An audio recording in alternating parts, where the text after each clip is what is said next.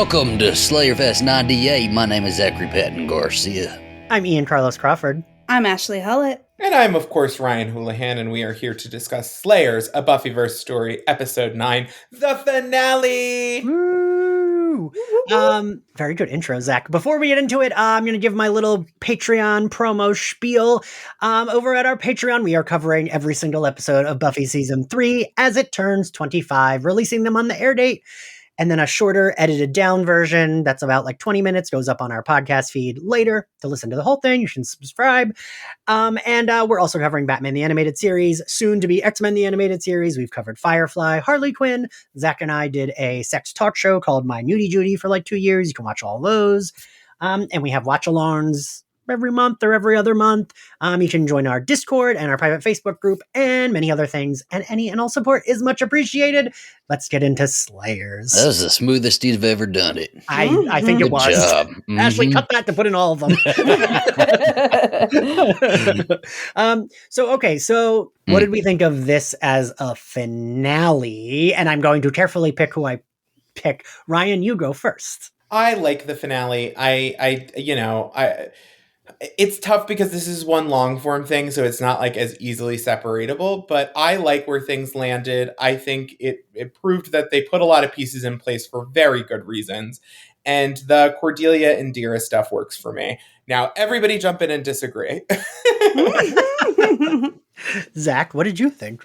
I'm going to start by saying I'm just happy this exists. I'm happy this exists. It was a new thing of like actual Buffy, like canon shit, right? With our people. Now, that being said, I did not like where we landed. There's a bunch of stuff I do like in this finale, but we'll get into it, but I'm not pleased with where we landed. Ashley? I also am a fan. I like the finale a lot. I like how it ends. I'm super ready for the adventures of Spike and Clem.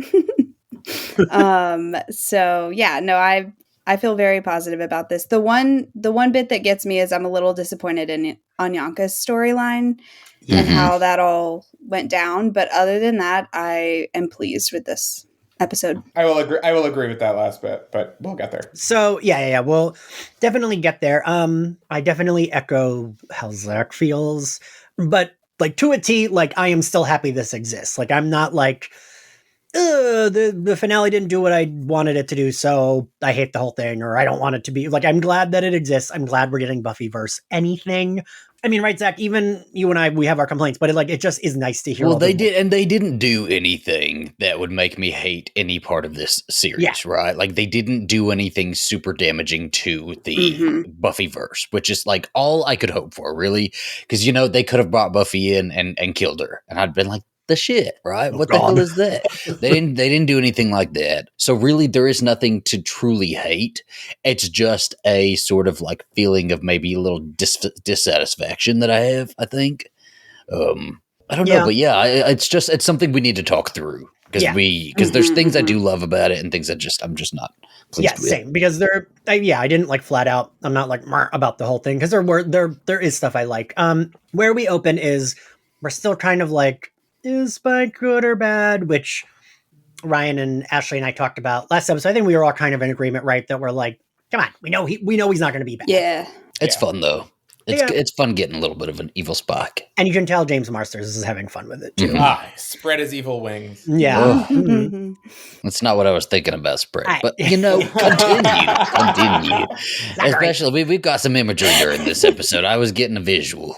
I do like that the final stand being at the magic box. I think that is. I was thinking about, like, you say this a lot, Zach, how we don't always need to go back to Sunnydale. We don't always need. But, like, if there's a setting we go back to, I think it's better, the magic box than the high school. Could you imagine it was at the Summers house again? It's at Giles' apartment.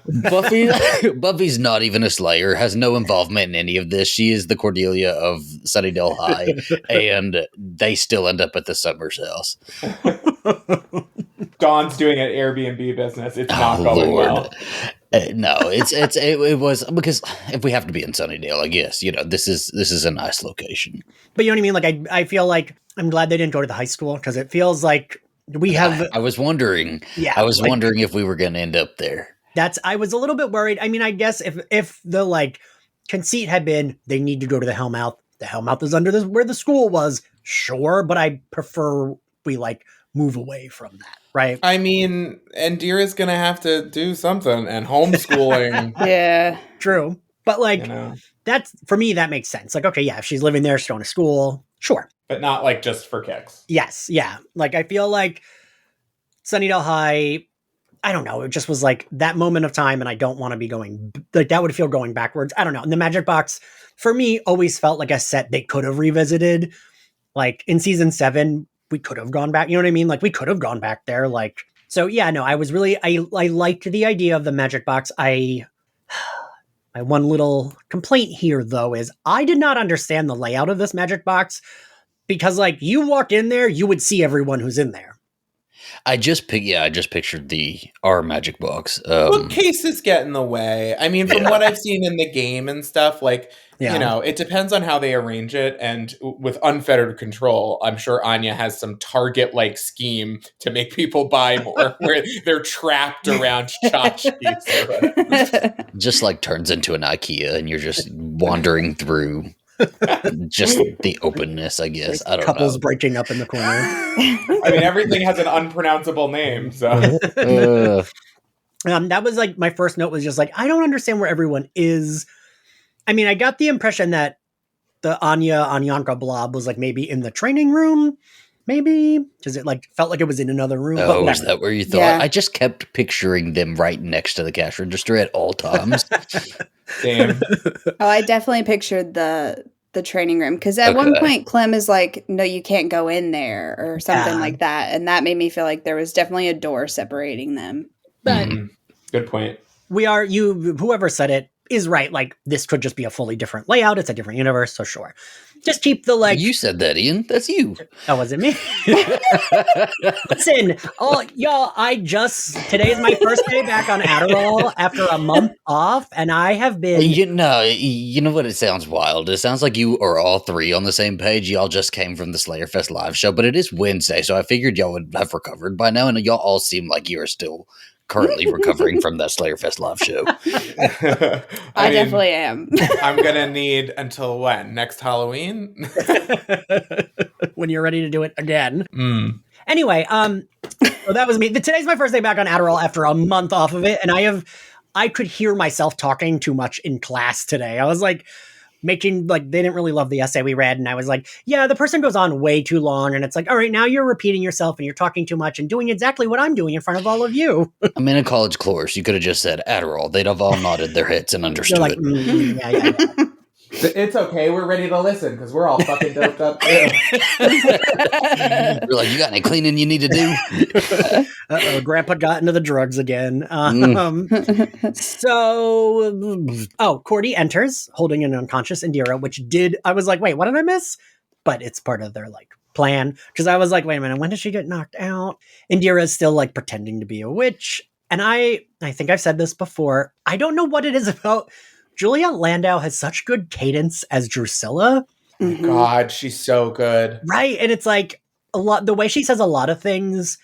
I was thinking about, Zach, remember when we covered Halloween 2 from My Bloody Judy, our horror podcast, which you should all check out. And you were like, the way that guy says, like, want me to get you a Coke? Don't do it, because that'll be my whole evening. It's just like walking around saying it to myself. Yes, I do understand what you're saying, though. The way she says Dolly kept getting stuck in my head. Like, yes. I like to hear her just saying, like, Dolly. I think... Can I just say that I earlier today was at my psychiatrist's office, which is, I have crappy insurance. It's the bleakest place in the world. And in the lobby, James and Juliet were on TV being interviewed for something. And her speaking voice will forever sound, it's like I heard a gunshot, because I'm like, wait, what? It's so jarring. It is so jarring. So different. I do avoid it, because I'm pretty sure I saw the same clip that you probably saw in that office, and I had to scroll. I couldn't watch it. It's too much, but she's so good as Drusilla, and it's like a moment has not passed. If anything, she's better. Yes, I would agree with that. Yeah, like she's somehow like she was already perfect, but somehow got like better. And if anyone wants to hear her regular speaking voice talking to me, Kimberly Ann Southwick and I interviewed her like 3 years ago on Slayerfest, so it's somewhere on our podcast. There's a lot of fighting going on, you know. There's a lot of back and forth in this. Yeah, there's a lot of back and forth, but I feel like it's just, this is one of those parts where it's just for your imagination to take over and kind of like paint the picture for you, right? Because there's no way they could like tell us where everybody is and what exactly, like which punches are landing where, and earlier in the season they had like off I guess it would be off-screen voices if we were watching it, like saying, why I oughta, take that, take this. We got a lot of those, and this is what that felt like. Yeah. I like the part where Drusilla is like, come to Mummy, Indira. Yes. I love this. I love how wacky it gets. I like the idea of Drusilla being like, oh, yes, like, this girl is evil too, but she's a kid, so she's like my daughter, and like somehow being like, yeah, that tracks. All right, yeah, this witch is going to be my child now. She wants to like add them to the Dolly family. Yeah.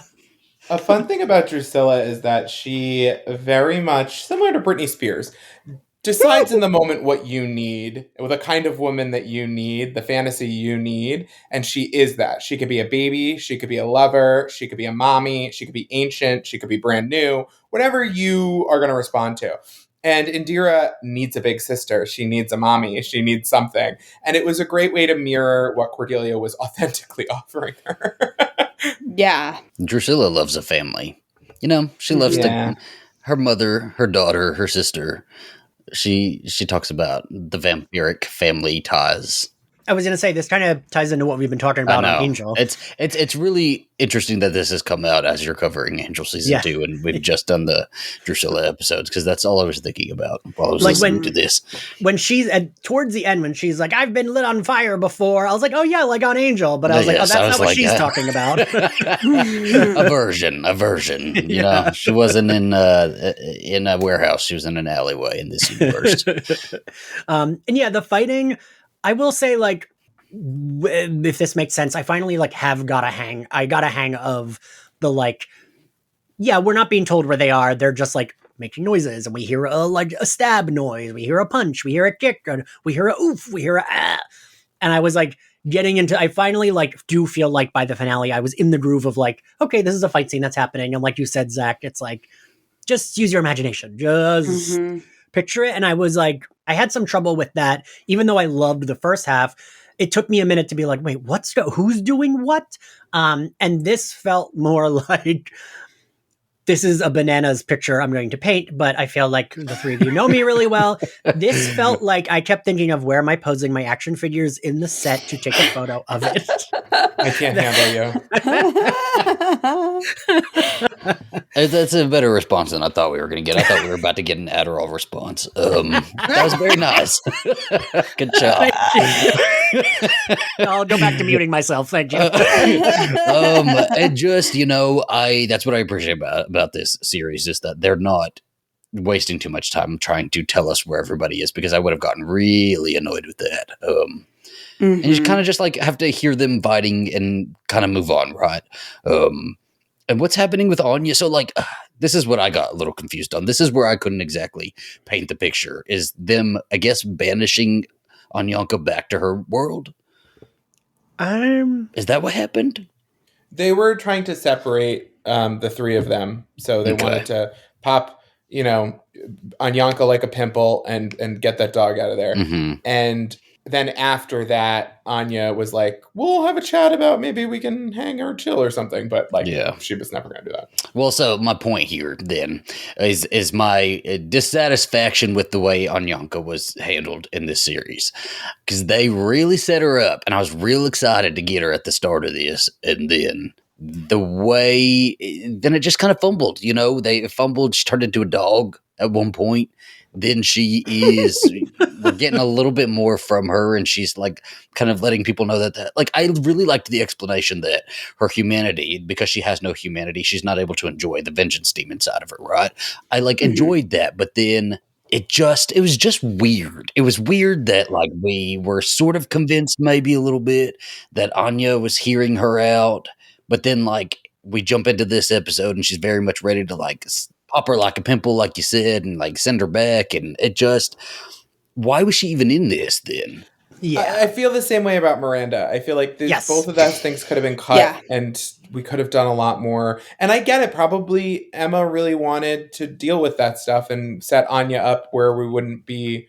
But I don't think it was necessary. And I think you could have had those themes be present without necessarily like the whole Tara storyline was a similar thing. So like, I feel like we could have resolved that. And I feel like also the like, there was a whole lot about like Spike has a vampire in him, but he's not evil. But Drusilla does have a vampire in her. But like there are parts of her that maybe are redeemable. And like there was a lot to play with there that went unplayed with in the time we spent being like, here's a monster that you don't need to know. Here's another monster and a convoluted reason it exists that you don't need to know. But again, like, please call me. Just a little story editing. Please call me. I'll be so nice about it. It feels like this is cheap. Like something that they could have left for maybe the next Audible series. I'm wondering, like, when we inevitably talk to Amber and Christopher Golden, that's me being confident for a change. Manifest. I would be curious to see what the writer's room was like. If it was like, let's try to do everything we want to do in case this is it, or just fair, right? You know what I would get that if it's like, if Emma Caulfield's like, well, I don't know that we're going to do more of this. I absolutely want to revisit Anyanka. And they're like, sure, like that. If that's your requirement for coming back, absolutely, we'll do that. You know what I mean? Then I'd be like, all right, that makes sense, right? Here's the thing. I make better stuff when I'm coloring inside certain lines. If you're just told you can do whatever, I have to make up a bunch of fake lines for myself to color within.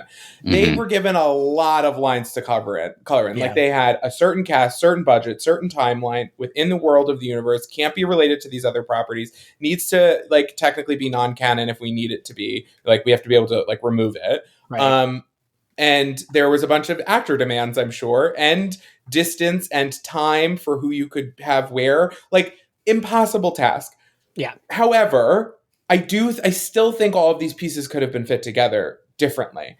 But I also want us to be conscious of, and I'm not trying to shit on what we're doing here, obviously, but I want us to be conscious of, like, this is Buffy, or this is the universe, the Buffyverse, and, like, I feel like a lot of what I'm hearing and seeing is like, this person wouldn't have done this, or like this wouldn't have happened, but like it did in this thing that does exist and is official. And so like, this is something Anya would do now. So, you know, so basically everybody shut the fuck up and accept what we got. But we're here I do get what you're saying. But I want to know where you think because you said, there could have been better ways to fit the pieces together, and I thought that was interesting. So, how would you have fit Anyanka better into this?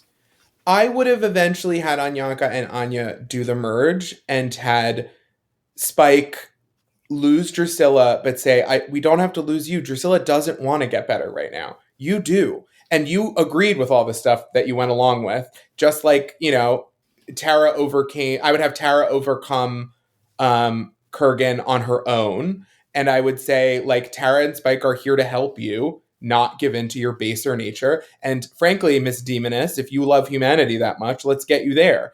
And have that be an ongoing project for the gang. The social services. And I would have had it be reflected in, like, what Drusilla couldn't do and what Tara could do. And cut a lot of the other shit out. Like, we don't need Miranda. We don't need, like, that's enough of a storyline. And then your B plot is Indira and Cordelia, and Clem is your comic relief. Like, I actually don't think we needed, I mean, that's with the benefit of hindsight. I don't know how much time they had. And from what I'm hearing, put Ryan in front of a whiteboard with a bunch of sticky notes, and you will figure it out. You will figure it out. to Veronica Mars together a Buffy story is my fucking dream. Listen, as the host of Slayerfest 98, was that the Adderall or the food? Fucking same. It was both. I just finished my leftover Taco Bell. Thank you all for talking amongst yourselves. I agree. The Anyanka, it's weird. I was wondering what you all thought, because it almost feels like, why wouldn't they have like it really felt like that's what the whole purpose of that storyline was for. So it's like, we're gonna give Anya powers. I thought the whole thing was like, that will be so there is an Anya in our quote unquote Buffy universe that is alive. I thought we were headed somewhere, and we really by the end weren't headed anywhere with Anyanka. Yes. And so like, then I'm wondering, I'm like, well then maybe am I just let down because it didn't do the thing I thought it was going to do? No. And like that. Okay. Fair. It exists, Ian. It exists. It's a thing in this universe. Cause like, sometimes it's like you put your own expectations on a thing, and then it's like, oh, they didn't do the thing. But I was wondering, I was like, am I just like annoyed because that's what I was expecting? Like, is it better because they didn't do what I was expecting? But I think, Ryan, that's your cue to say no again. No, and I think like, now we have to live with the consequences, and that's fine. But I think I just think similar to season 4 of Angel, like there was a lot of stuff in there that didn't get appropriately used to the potential pun that it could have. And I think it's okay to be disappointed too, because Emma Caulfield Ford did a great job, and Anya's a great character. And there's a lot in there that was really great. And, it didn't quite stick the landing on that storyline for me. And I think that's fair enough. I don't think you have to feel bad. And also, I don't think that there's something in there that's so, like, I don't think it's so redeemable. I can't imagine anyone is like, this was the most satisfying of all the storylines. I mean, right. Yeah. Come on. It ends with like a bye. You know what I mean? A great speech, I think pretty well delivered, but it does kind of end with a fart. Yeah, it's like, and then Poochie went to space. Like that's kind of, Mm-hmm. And Poochie came from space. So it's right. like, what? Why did we bother? Ashley, I am curious though. Give me your thoughts on the Anya Anyanka. It's just kind of like y'all said, it's like, why did we even do this if like literally nothing happened? Like nothing happened. Nothing came of it. I don't know. I just kept thinking, why doesn't she just let them send her back to her world, merge with a willing human, and then come back and fight Anya?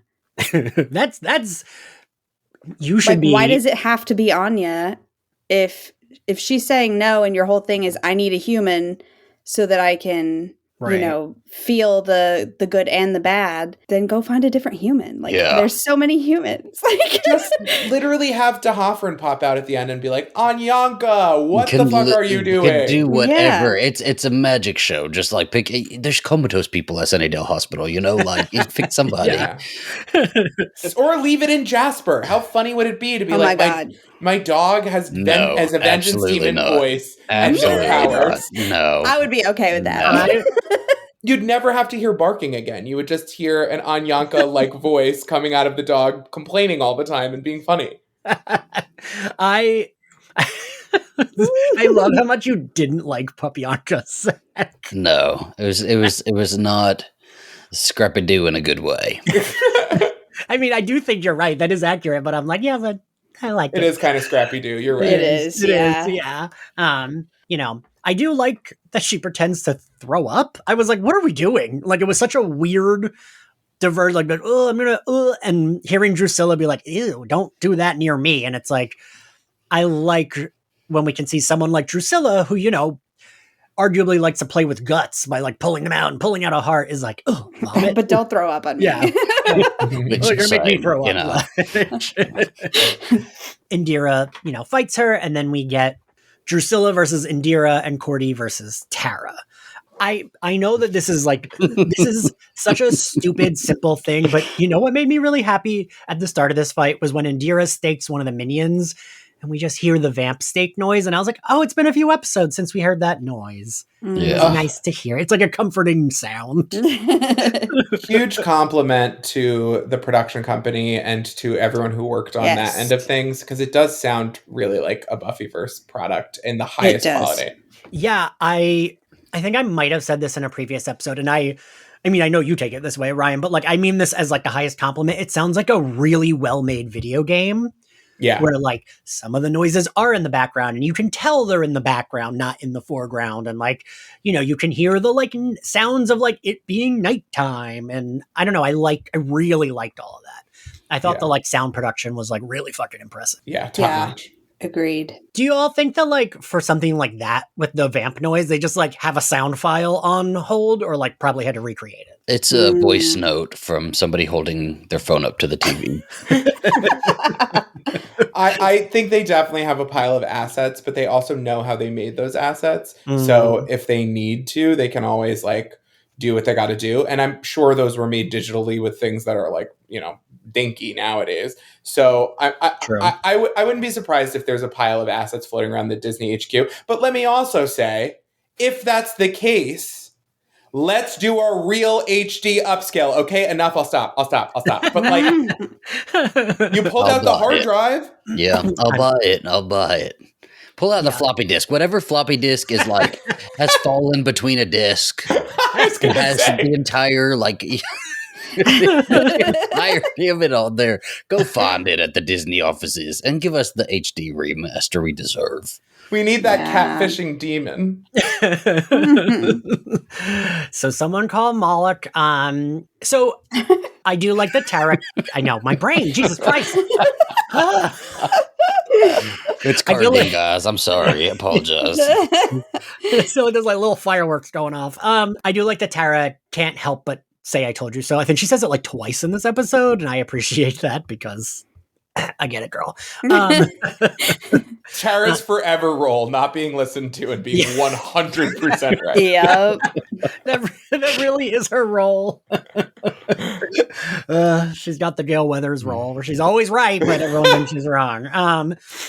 And like, we get a little bit of like, not a little bit, we get a lot of Indira character building here, which I do like. You know, we have the nod to like, ooh, I like this steak. Maybe I'll keep it. And like, you know, I like that she gets her specific steak. She gets her Mr. Pointy. And like later she hands it off to Cordelia, which is so nice. And I like those little details. Like those are details that I love that very much.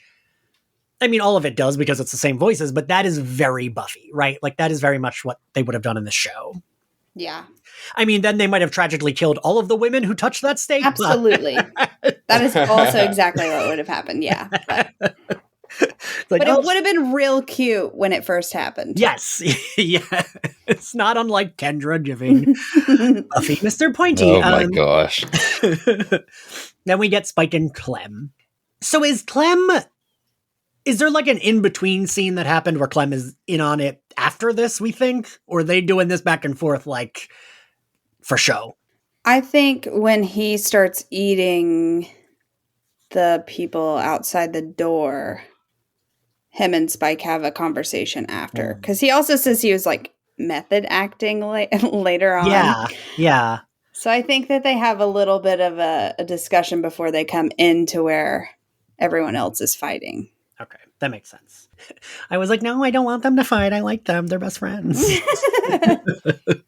And then we get our Anya and Giles scene, which made me very nervous. I don't know how anyone else felt.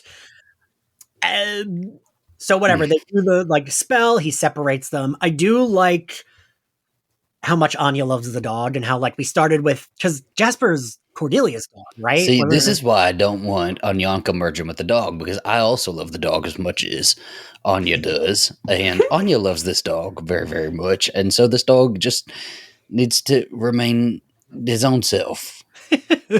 But I just like that she's like, you're upsetting my puppy. You're making Jasper sad. And then Jasper like bites. I want to see the like drawer full of clothes that this dog has.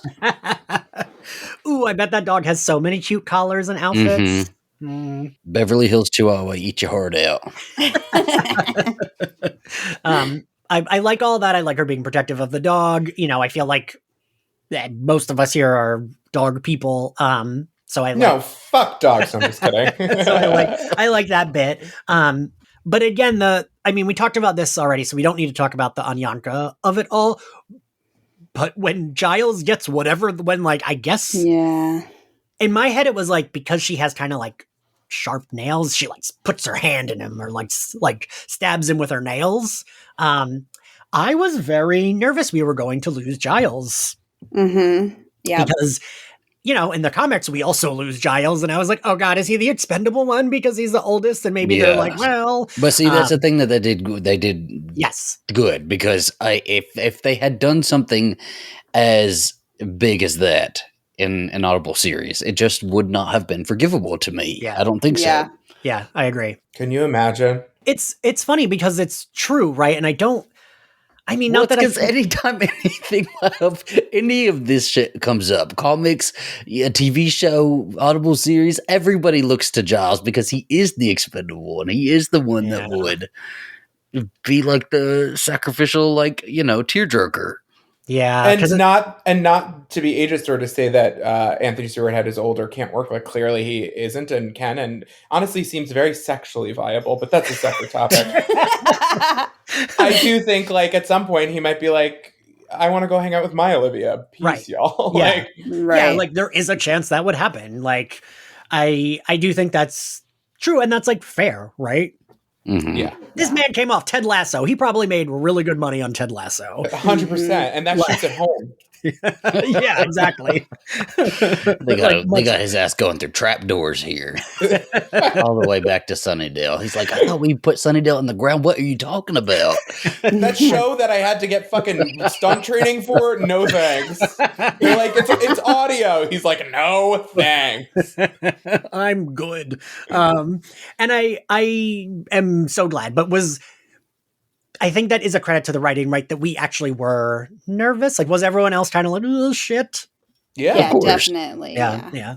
The only person I knew, a couple people I knew we weren't going to really lose, James Marsters and Cordelia, and Charisma Carpenter. Why am I not using people's names? Those are the only people that I was like not expendable. Like, both of those people want to be here. They're like integral parts of the universe. And, I think Spike never gets killed off, and Cordelia was just dead. So I just didn't see it for them. Yeah, no, that's fair. I did get a little worried about Anya at certain points, but I kept thinking to myself, the same thing you just said, I kept applying, like, well, they can't kill Tara again, right? Like, I think by episode 6 or 7, I kind of realized they weren't going to do anything like that. They weren't going to do anything too permanent. I figured everybody was going to get out. That's fair. And good.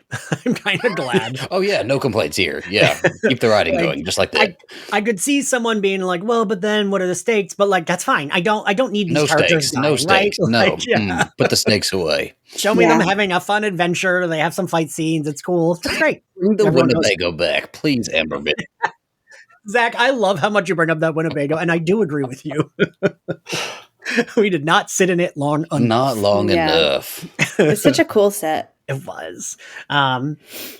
So then, I do like that Anya, I said this before too, and I really like this version of Anya that she's like, is a little bit older. So she's a little less wacky, but still is very Anya. And I like when she's just like, absolutely not. You are not dying. I'm doing a spell. Like, I like that she's like jumping into action. She's not just like, oh no, Giles, I can't do any, like, you know what I mean? Like, she's like, nope. Immediately knew that we were going to be using this spell for somebody else. So I was like, okay, it'll probably be Cordelia. It's like, I figured we were going to get real near death with Cordelia, which I was surprised we didn't. Like, that wasn't as emotional as I thought they were making that. Because when it comes to Cordelia later on, she's just kind of like, and then it's like done. But like this one, we kind of got into it a little bit, right? Yes. And I will say I was happy when it was like, oh, good, we have a spell for that. Great. Now I'm good moving forward. But yeah, I kind of was expecting at least like a chosen moment where like. But listen, Buffy they do Buffy shit like that all the time. They would have the spell and then Osiris comes out and he's like, nope, well, you did the spell once already. Google That's true. That's the rule. Only once. You know that rule from before. Oh my gosh. It's like Spider-Man rules. You're gonna get one. But I see, this is the shit that I wanted from Giles. Is like seeing Anya again, even though it's not his Anya, but the face of Anya, to be a little bit more emotional because Anya was pretty damn emotional about him. Yes, she was. Yes. And I like that. I was glad she was because that also tracks. I don't know. And like, I liked all of that. And I do think Anya and Giles have good, like Emma Caulfield and Anthony Stewart have very good chemistry. Yes, me and Ian have written a way to bring Anya back. That doesn't sound like so crazy. So like the Hoffren has Anya's soul down in hell, and somebody goes down there and gets her and brings her back. So do that. Give us our Anya. Let Anya and Giles connect again, and give us the daddy-daughter storyline we love. Oh. Too late. No, I want it. Next Audible series. Next one that we all write. So then, God, where the fuck are we? Giles gets brought back. Could you imagine if he didn't? Could you imagine if he died? Do they send his body back to Olivia? Do they just like push him through the trap door? And she like sorry. appears, like falls out of the sky like Angel, just on Olivia's like living room floor. Jesus Christ. They send back that and some like basic instructions of how to invoke Or is it just like a Osiris. note that says sorry, with like a smiley face in the oh. Sorry, Indira's also staying with us. Bye. God. Yeah, I would not have liked that. I do like that he says Olivia's name when it's like, he's like, oh, Olivia, because I just like the idea of like them being like very like comfortably in love. Like that's what I like. Oh, I like their that, end game, and we knew it since season 4. Yeah. Yeah. Because also like we don't get a lot of that. We don't get that at all, do we, on Buffy, unless it's like an evil duo. No, like, I thought Joyce was going to get her happy ending too, and she gets freaking dies on the couch. Can't even enjoy her new boy toy. God, who's not a robot? He was fine. He was like a laundromat owner, like just a normal guy. But no, because no one gets a happy ending ever. Not if you're a woman. You know what my mom would compare the writing to?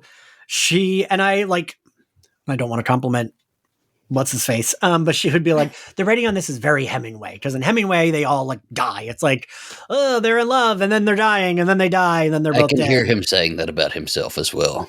I know. Because I remember when we were watching Chosen together and that scene where Buffy gets stabbed and it goes to commercial, like running her room and her being like, oh, she's gonna die. I don't like it. I don't want her to die. They love killing everyone on these shows.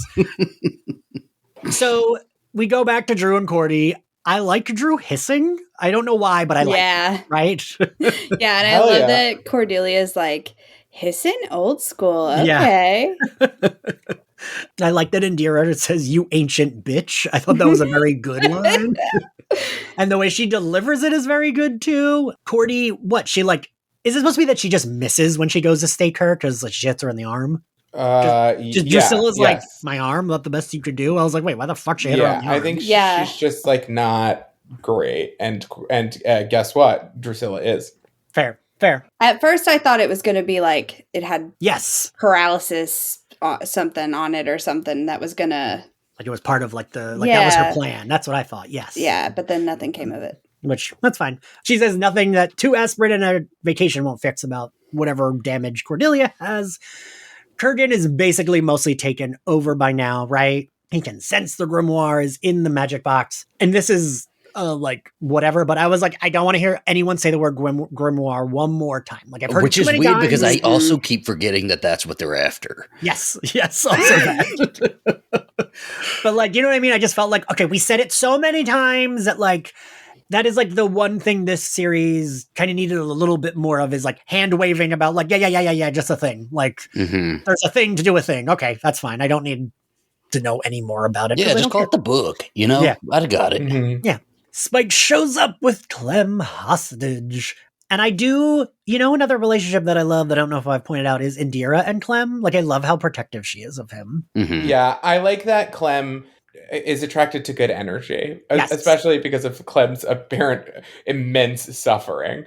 And it pairs well, I think, with Indira really wants to find the light in this obsessive darkness. Yeah. And I think Clem is that, and Clem has found that. So it's nice. Yeah, it is. Yeah. Super cute. Right. We learned that it's all a ploy because Tara has cast this shadow spell for nighttime or whatever pocket. Or wait, is that later? We're not quite there yet. We're we're there, but we're not there. Okay. So it's the Dru starts to feel the sunlight, right? That's where we're at. starts to feel the sunlight. She's really excited, Mhm. thinks the spell's working and all that. And no, she's got the gem of Amara in her pocket because Spike is tricky. It is. I do like that Cordelia immediately rats out Spike. She's Yes. like, this is not your Spike boy. And Dru, like, she's like, I just need to think about this. And she is like, maybe 15 seconds, maybe, before Yes. she's like, you know what? Fuck it. Okay. Let's do this. We need to talk about this for a second because the shining little pocket of story in this entire thing is Spike and Drusilla. They are so fucking good together. Yes. Even Oh my when God. she's like, that's another Spike from another world. Who cares? That's a Spike to me.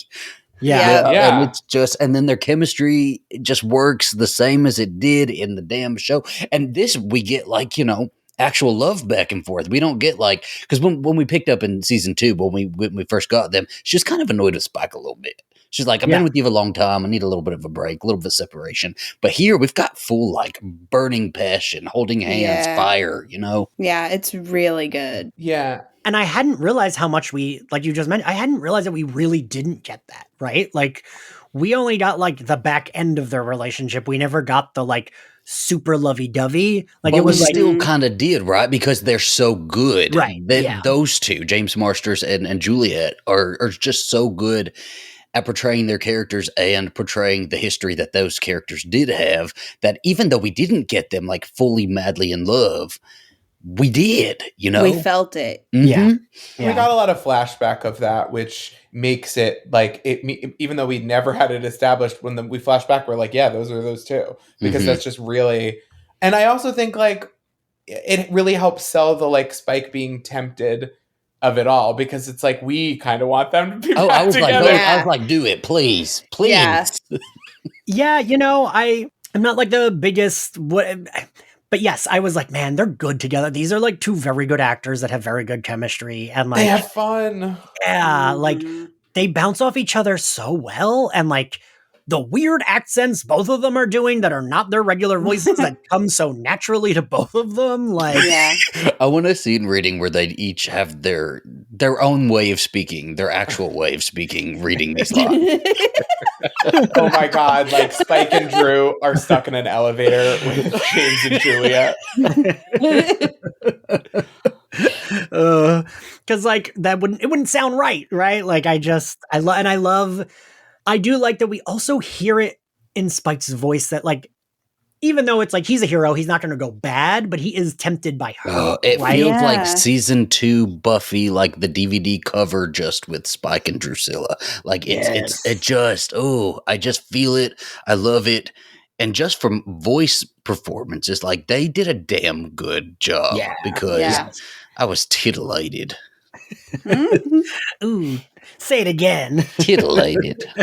And so I like also that this, like, they make it a point to be like, this Dru is more in control, right? Like, and it does come through, because I like that she's like, all right, you're not my Spike, but let's do this anyway. Like, you can close your eyes, pretend I'm your Dru. I'll close my eyes, pretend you're my Spike. And like, and then we'll be those versions. Right. Yeah. And like, I like when she says like, hush, or I won't hurt you. Like, that's like a very. It's so sexy. So So like Drusilla starts burning when he takes the gem of Amara, but then she like fights him for the gem of Amara, and then they both don't have the gem of Amara. And so that's when Tara puts them in the shadow pocket, and that is just such sexy imagery. Like, it's so sexy, them two just in the shadow pocket. And they fully have sex, right? Do they? Yeah, I'm pretty sure they fuck. I was gonna ask. I wasn't sure if they were just like making out and like dry humping, or like they were fucking. The visual of them just having a Ryan, you read Brittany's book, right? Hell yeah. A brawl in the shadow pocket. 2-week long brawl. It's so fucking hot. Yeah. And I love the, like, I like having Witch Queen Tara. I know that everybody was kind of jarred by the first few episodes voice-wise, but for me, it's a great alternate to Dark Willow. And I liked that the little ball of midnight was or the big ball of midnight is the opposite of a little ball of sunshine. I thought that was cute. Yeah. Mm-hmm. Yeah. So they go, like, they do their back and forth. They fuck. I do like when he says how he got his soul. He kind of like A thing I do like, again, is because he loves her, he does talk to her. Like, he's not talking down to her. He's not talking to her as a supervillain. He's just like talking to her as an equal, right? When he's like explaining he has a soul now, so that's why he's different. And, you know, he has a moral compass. And she says she doesn't want one. Yeah. And I really like her having agency with like, no, I'm good. I like being evil. Like, I kind of love that. I was worried we might get some kind of like, oh yeah, she's gonna like be good, and I did not want that. Like, I like this villain who's like, no, I'm a villain. Like, I'm good. Yeah. I mean, I've literally been in a relationship before where I was like, you're not growing, and he was like, I don't want to. I don't and want I was like,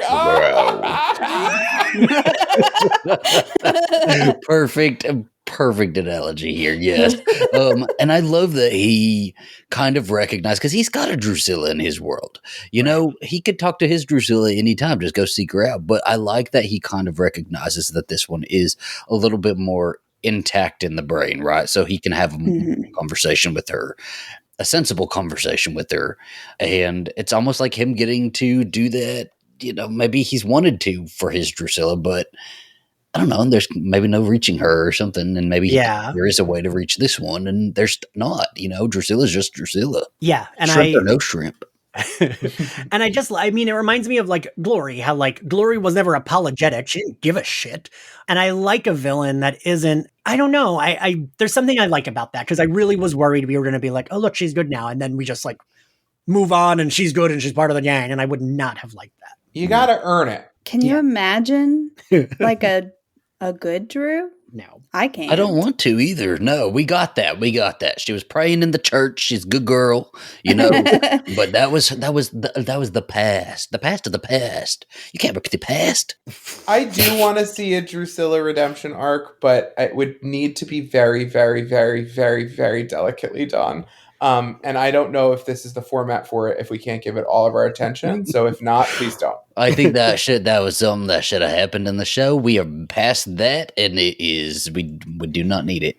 It's gone. I would be okay with her like joining the gang, but being like the chaotic, like Chip Spike originally was, where they have to like rein her in and keep her, you know, from murdering people. Like, I just that would be fun, but I don't want. That's what I mean. Like, or like, you know, when we had to work with Wolfram and Hart and we were kind of on fun terms with them for a couple episodes here or there, like, I feel like it should be like, I'll just kill them. And it's like, no, you please don't do that. No, kill them. No, please don't do that. I'm good with her making about a 2-week truce with people, and that's about it. Then she's got to get back to the killing. Yeah, I would be okay with that if it's like for something specific, kind of like this, where it's like, oh yeah, she's fucking pissed at Kurgan too, so she's gonna like attack him. Like, I wouldn't mind if it's like that, where like, well, we got to work together because of this thing. Or like you said, Ashley, I wouldn't mind if it's like she has a chip, but she's still evil, but like can't do evil. So like, sure, fine. She's like hanging out. Or even if they just leaned into the like she's so lonely. She says it 100 times in this. So she just like hangs around with them, but like doesn't really agree with their politics. And like, you know, so they're like constantly back and forth about it. When I hang out with my Republican relatives. Yeah, she's just there for like chaos, you know? Yeah. I like even want to see them push her further as a baddie. I want to see her like at full baddie power, you know, like real evil shit. Because we got moments of that. We got glimpses of that. When she takes out Kendra, that's like brutal shit, you know?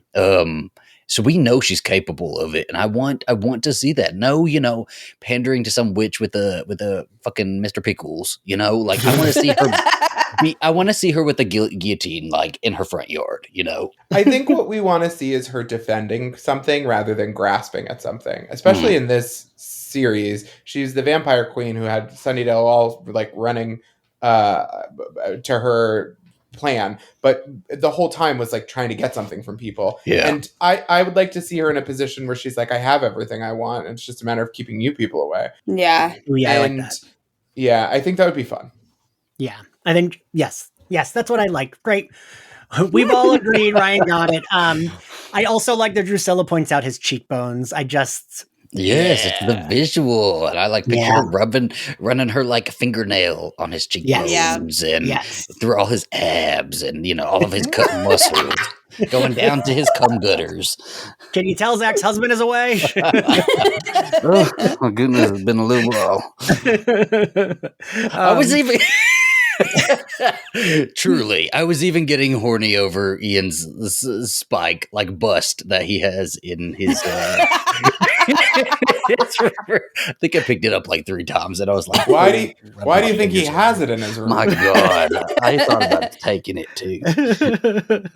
Yeah, I really was wondering where you were going with that. My husband's been gone. He's gone. Zach was touching the chest of that bust, and I had to watch him. I was like, "What are we doing?" Anyway, Tara and Cordelia are fighting. She, I guess, has Indira tied up. I don't fucking know. Yeah. I was just like, oh, okay, she's tied up now. All right. What? It's true. Yeah. Kurgan tells Cordy, this was weird. I'm curious what everyone thought when Kurgan is like, I want you to get on your knees and beg. And then she does. And like evil Tara's like, I like the sound of Cordelia, the strong vampire slayer, begging. I don't know. I don't like it. Yeah. Yeah, it felt like they wanted her to give some kind of sacrifice to show her real feelings for Indira over herself or her world or anything. I don't know that was the most effective thing. I think at this point, Kurgan's just like not hitting. Yeah. Mm-hmm. Yeah. I think that's it. Because like if this were some villain that was like her big mortal enemy that she's been fighting, and then it's like, oh fuck, it's kind of like she lost, but this is like a dude she just met. So like if it was Cordelia who like say killed her sister, and then like her and Spike killed her sister, and then had her in the exact same position, it would have hit a little harder than like some guy that like, again, his plan is like, what if vampires were on Lexapro? And it's like, I don't think that makes any sense. That's exactly what this is. it is. That was the idea board. What if vampires antidepressants? Now my idea is, what if vampires and Adderall? Ooh, spooky. Oh God, we've seen that. That was the season 7 finale. True. So Cordy's trying to reason with Tara. Tara doesn't want to kill anyone. Cordy's even like, that's why you didn't kill Dru and Spike. My notes say, I'm not sure what's going on with Kurgan and Cordy. There's a lot back and forth, But what we get to though is what I really like is the book. I like the explanation about the blood in the book and the Slayer and all that. I thought that was real interesting. Yes, because I wasn't sure where they were going with that, and I was like, oh, okay, like that does feel like a storyline from Buffy, right? Yes. Yeah, it felt like a storyline from Harry Potter, but... Do you have to, Ryan? Oh my gosh, J.K. Rowling, Joss Whedon, Harry Potter. Let's say all the names. It flashes back to what Spike said in season 5, right? It's always about blood. Yeah. And so anytime that they introduce blood, like a blood plot into anything Buffy, I always think of that. Yeah. Agreed. Mm-hmm. I was hoping that he or someone was going to say that line and give us a little echo. He already sang. He already sang from season 6. Okay, that's all we're getting. Like, are you faggots happy? He did the song. They're like, now say the line, Spike. Yeah. So then we get, what is it? Like, I was unclear here because it's like what is it that is Kurgan stabbing Indira, but it like goes to Cordy, or just stabbing Cordy? Stabbing Cordy, I think. Yeah, I think he's cutting Cordy up. Because, right, he does say something like, every stab for her will go to you or something. So I was like, are we doing like a thing? Like, it's because she was begging for Indira, so he's like, okay, I'll give it to you instead. Oh, okay. Like, literally. Okay. Yeah. That makes sense. Then, Kurgan tells her to get the grimoire. Tara, God. Can we move on? Before we move on, Before we move on. Before Ian meanders more. Yeah, Ian, you get yourself together and don't listen to this as I say it, okay? You're thinking cap. So you other two. Here's, I think, also the whole thing with Kurgan picking out a knife because he's like, I'm in the magic box. Good thing we have all these ceremonial blades. I was really hoping he was going to pick up something that would backfire, and then Anya would have a moment to be like, this is what being a shopkeeper I can contribute. You know what I mean? That would have been good. Yeah, I thought that would have been nice, and it would have justified all the like knife play. Yeah. Yes, agree. I agree, Ryan. So I do like when Anya enters. There's a specific like choice Emma Caulfield Ford makes, where like when she's fighting, she actually does do like a breathy voice, and I like that. I like that, like you can hear her kind of like she's like into it. She's like a little out of breath because she's not a vampire slayer. She's, you know, a regular human that can do spells. So I like that it's like there's a little bit more like urgency to her voice, and like the breathiness makes you feel that more too, I think. Right? Yeah. Mm-hmm. Gives it stakes. Yes. Pun. Yes.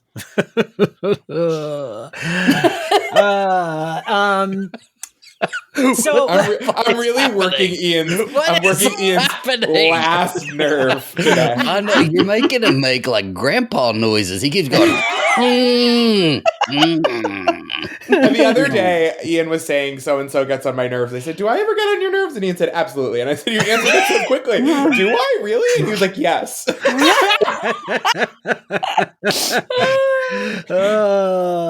Was that when we were drunk in the hotel? I don't even fucking remember. Absolutely. Okay. Yeah. I mean, like the thing is, like, who doesn't? I annoy all of you. Like everyone annoys true. everyone. It's you know? true. I'm glad I got an example so quickly.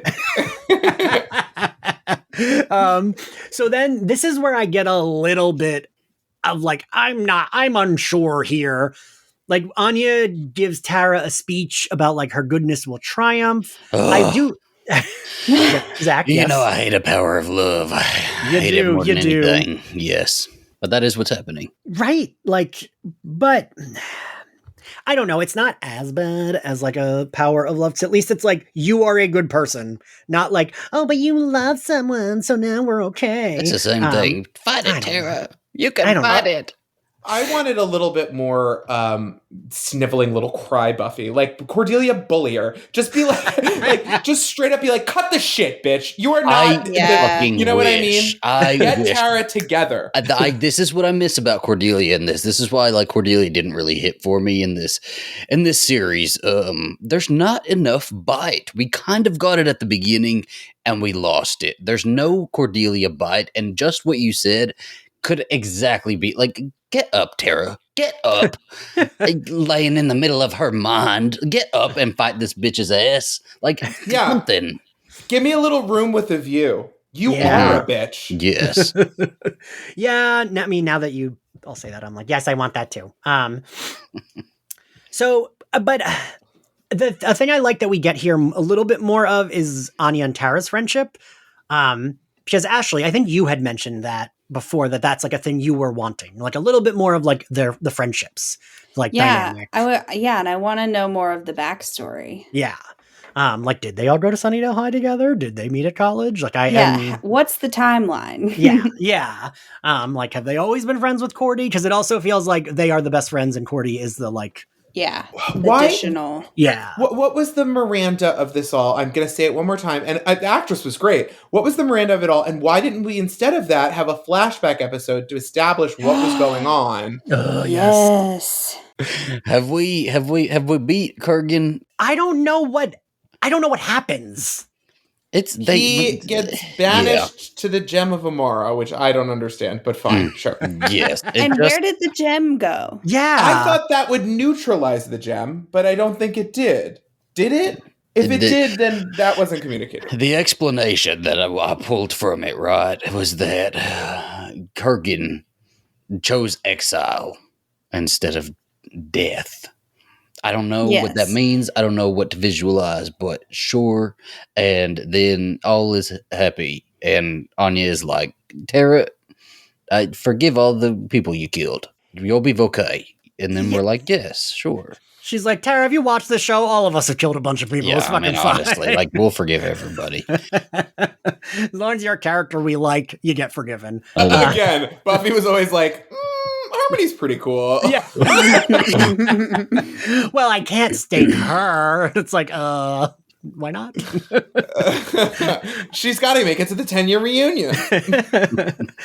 So yeah, I was a little like, I rewound this part because I was like, wait, what happened with Kurgan? Like, it was weirdly anticlimactic because once Spike and Dru did their were really get into it, and it was like, oh, these two are great together. I was like, okay, Dru is not going to be the big bad fight. Like, I got that Dru wasn't going, it was going to be Kurgan.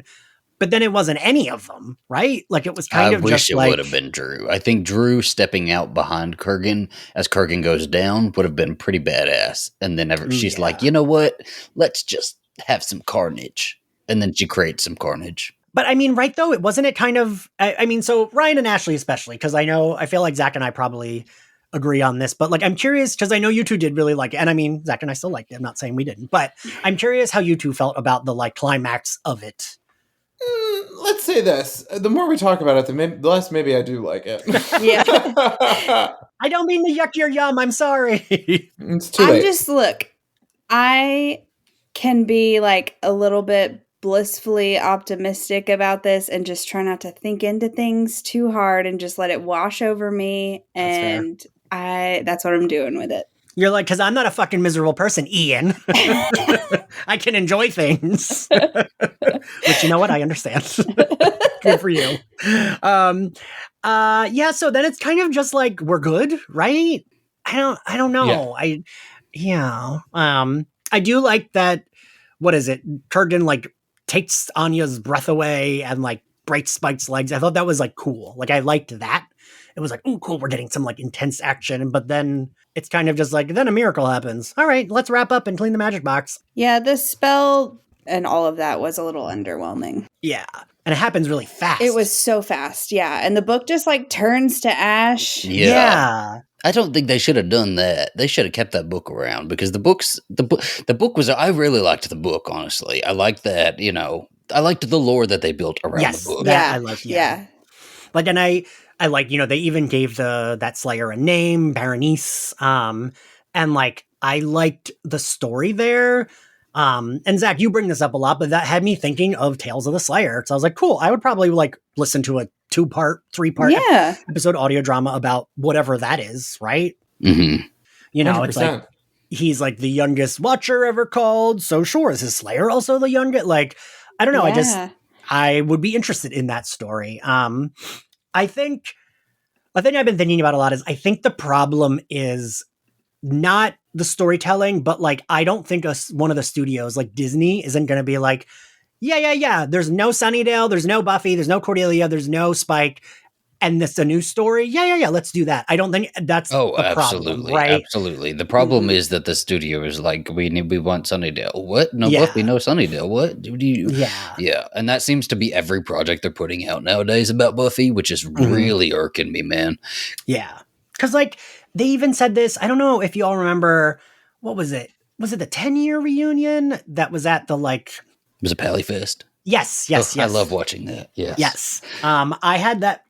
I was living in my first apartment in New York City, and my TV was in my closet because my apartment was so small. So I had to open my closet to watch TV. And I had that fucking DVD just in my DVD player at all times and would like watch it because I loved it so much. Because like a friend got a promotional copy. But I remember even in that, Sarah Michelle Gellar specifically saying, there are so many characters to explore in this universe. And like her being like, even Anya, like she could have a really cool story. And like, I just don't think she was incorrect, right? That's true. There are so many characters. We don't need it to be. That's what they set up at the end, man. They think that Buffy is the word that gets people engaged. And it certainly is a word that gets people engaged. Yeah. But Blank the Vampire Slayer also would. Just make a different, interesting choice. You know what? You want to set it in Sunnydale. You want to do whatever the fuck you want to do. Fine. I will handle it. Well, what I cannot handle is repeating the same shit over and over. Yes. We did it so well that we want to do more. Disney, I'm sorry to say, getting the Avengers back for another movie is not going to be Endgame again. And getting a bunch of fucking cover bands together to play Star Wars sucked. It was trash. It was garbage. The middle one was the best one, and people hated it because you promised them something else. Like, just please, I am begging you. Yeah. Just do Blank the Vampire Slayer. Yeah. Stick as many common elements for the trailer as you can in there, and then make it good. That's all you have to do. Yeah. And this wasn't so bad. Like, I'm not sitting here trying to be like, the more we talk about this episode, the more like the problems of all of it come crashing down because it is the finale. But there's great stuff in here. And frankly, if you want to do Indira the Vampire Slayer and have all the rest of the people around her be Scoobies and then slowly replace them over time over the course of the show, should you God willing, get that far, great. We can strike a deal here, but what I don't want to do is like Willow the Vampire Slayer, and it's in Sunnydale, and all we talk about is how Buffy's just in the other room. We can't see her. Those books in the other room, just all terrible. Listen. Okay, I'm gonna bounce off of Ryan's very spot on rant. They're absolutely building that. They are, I feel like Disney has a list of demands and things that you have to do, and they are clearly in whatever books and comics and stuff like that, they want fucking Sunnydale, which is so strange to me because the world exists, right? Other Hellmouths exist. Right. Like the shows let us know that the world is now expanded. Go out and play, you know?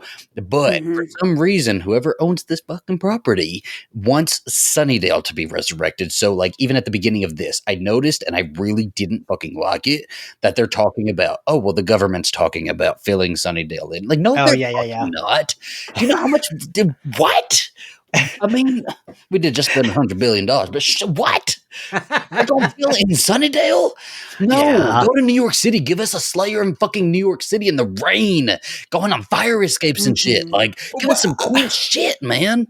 Zach's been reading my dream journal. But again, you want to bring something back because it's for the trailer and because you want whatever. Anya magics the magic shop into a different store location in the middle of New York City, and our Slayer wanders in one day for supplies, and boom, everybody's caught in a web of bullshit, and we get to play in the big city like it's Scream or whatever. Fun.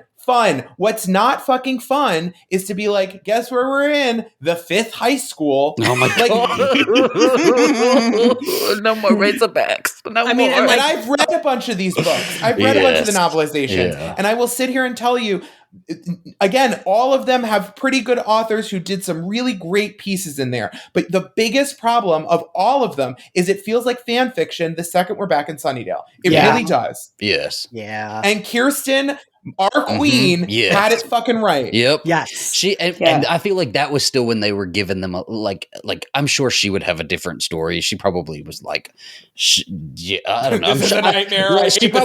Because she probably did have a list of like things that she had to follow, right? But like still, it seemed like she was still able to do a little bit more of what she wanted. Who's the new one doing a book? Kendare Blake. Yeah. I feel like that list of must do's is like forever long. It has to be, because why the fuck are we still in Sunnydale? I will never stop saying it. Why the fuck are we still in Sunnydale? It makes no sense. Everyone have a precocious little sibling or son, or like again, those books have some great stuff in there. I'm not trying to knock that off. Why does Willow have a daughter? Why does Willow have a daughter? And why are Willow and Oz's daughter's best friend? Like, it's like we don't need to get into all that. It doesn't. We don't. It's fan fiction.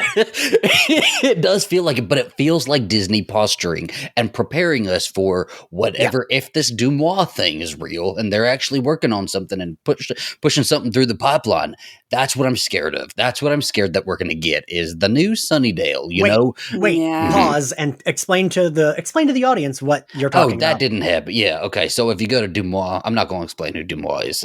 It's apparently a gossip site, which I'd never heard of before. With real good accuracy. On Instagram, if you just go through the Dumois stories, one of them is that, actually I screenshotted it. Let me read it.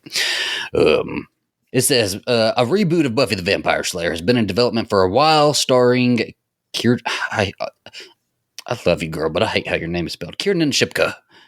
Kiernan Shipka? Is that how you say it? Okay, you're just saying you don't know how to say Kiernan Shipka. I don't even know how to spell what the words you're saying this site is. Deumoi. It's French. Yes. Anyway, that one's saying that there's pretty much a show in, but we've already known that. You know, years ago they said there was a show in development, and like Disney basically put it on put it on the back burner for right now. So if one does come up, whatever, I'm not surprised. But do not put it in fucking Sunnydale. Yes, please. And like all we need. Listen. You know what I was clinging to this entire series, this entire Audible series, was one mention of Buffy. I knew we weren't going to get her.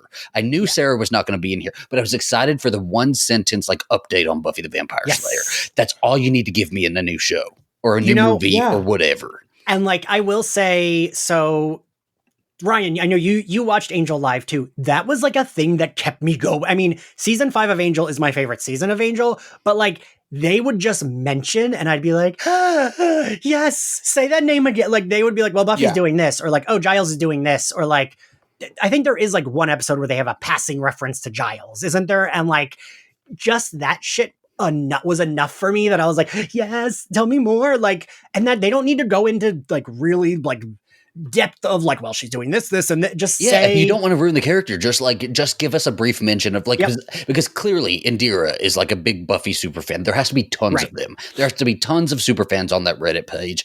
And all we need is like a line of dialogue from one of them, kind of like, oh, well, I looked at Buffy and she's doing this. Or Buffy's Wikipedia page, right? Like, let's go through that for a second. Or frankly, cut Sarah Michelle Gellar a $300,000 check to her favorite charity and get her to FaceTime in a cameo where she's like, I have it. She's in a Texas. She's on her way to Carrie Bradshaw's dinner.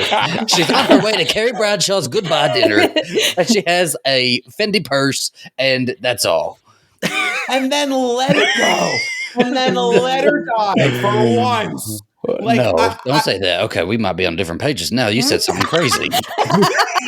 I think we need to let go of the idea that we will recapture a guaranteed sure like cash out check, like as if we're just gonna do season 8 back in time, like and frankly you don't want to do that either. If you want to commit to a 22 episode season, fine, reboot the whole thing from the beginning.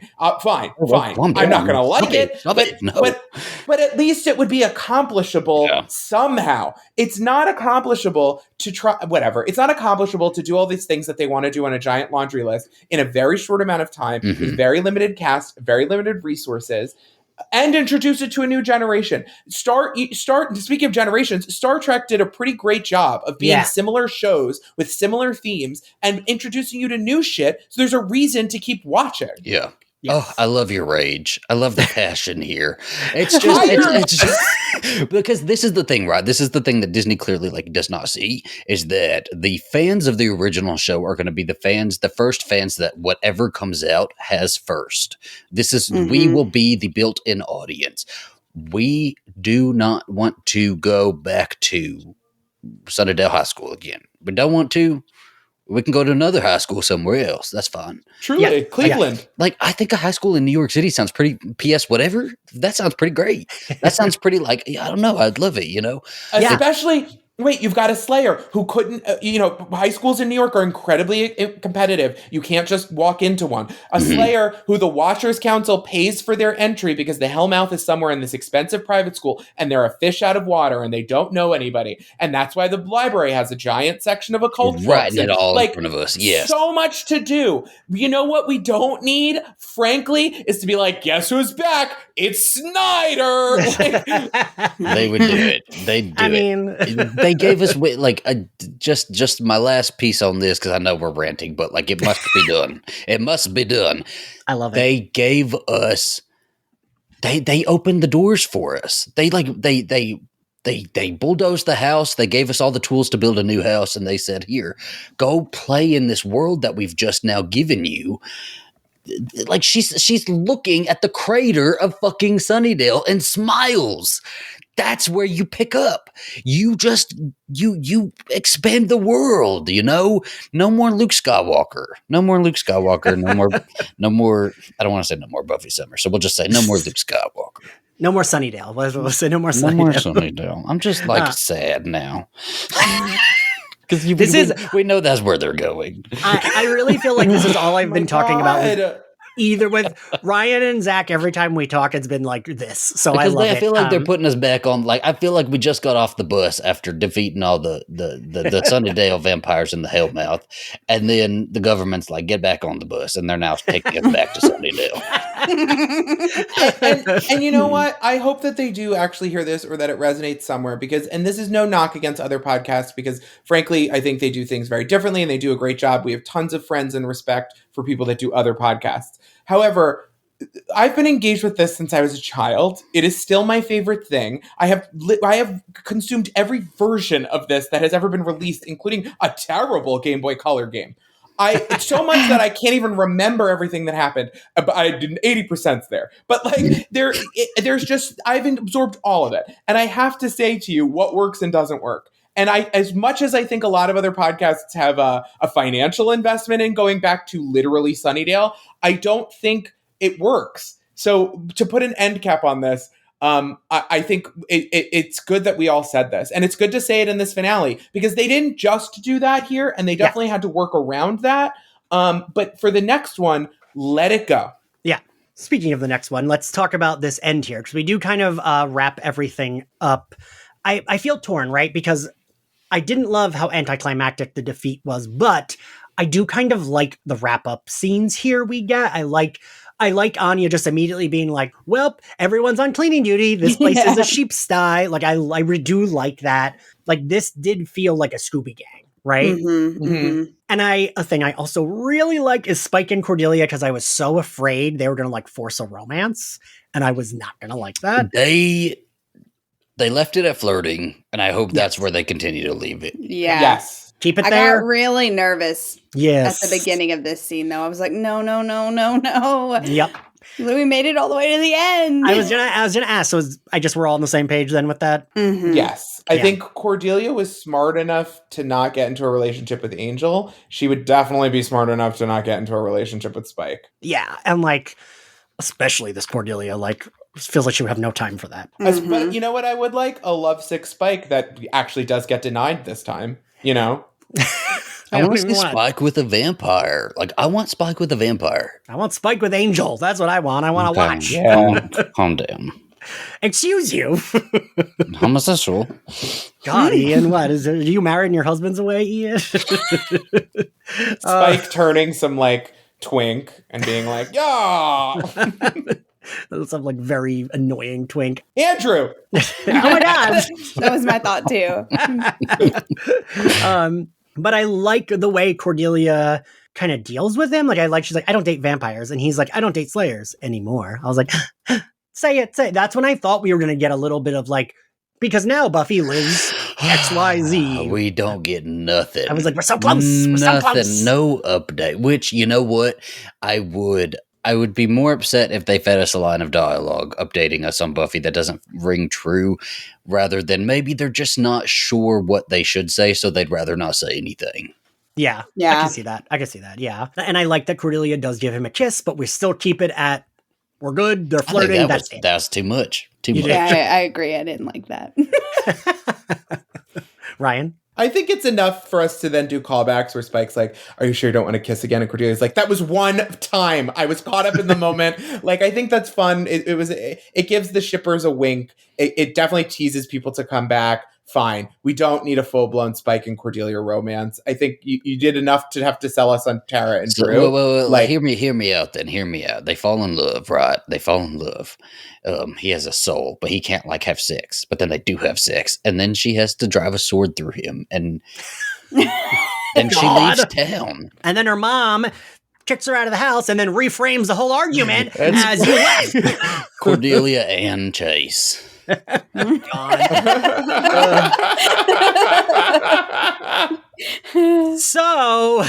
Indira comes in, and I like that we give Indira a like real person story. Oh, I did like it. Yeah. Okay, I was going to ask how that landed with everyone. Finally. Yeah. I was wondering where this was. And then when we got it, I was like, oh, I'm kind of glad we held back because it gives us, again, a lot to explore. And I think explains a lot about her. Yes. It does. We didn't even need that explanation, but that explanation worked so much better for me as like, oh, like she was latching on to the Slayer mythology because she was like, you know, that like loner nerdy kid who like didn't she wanted an escape, just like me, just like I did with Buffy. She's just like me for real. It's like all of us with Buffy. And the like, pieces of her, of Indira and Cordelia just fit together really well. And they're where they end up at the end of this series works really well for me. If any character should remain in this alternate universe, I'm fully in support of it being Indira. And especially being, you know, Cordelia's the only Slayer in this one. Now we have two Slayers, and we get that two Slayer dynamic in an alternate reality, and that just, it really works, right? Yeah.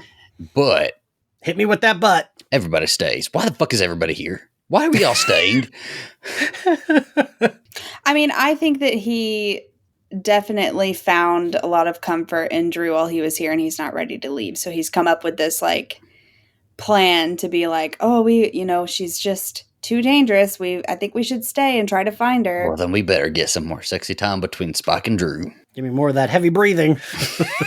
I like an ASMR. But I can kind of see that like take on it, Ashley. But I did feel the way you did, Zach. You know, it's weird. For how much I feel like we don't agree, we always usually end up agreeing, Zach. Yes. Because, like, I don't know. I just was like, okay, yeah, Indira. The only reason that in my brain I was like, well, okay, is that they do explicitly say they can just reopen the portal.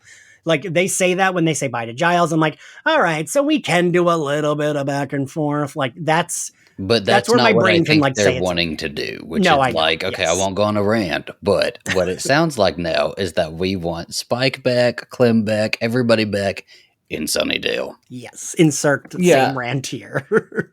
And you know what? Fucking fine. I mean, I takes everything back.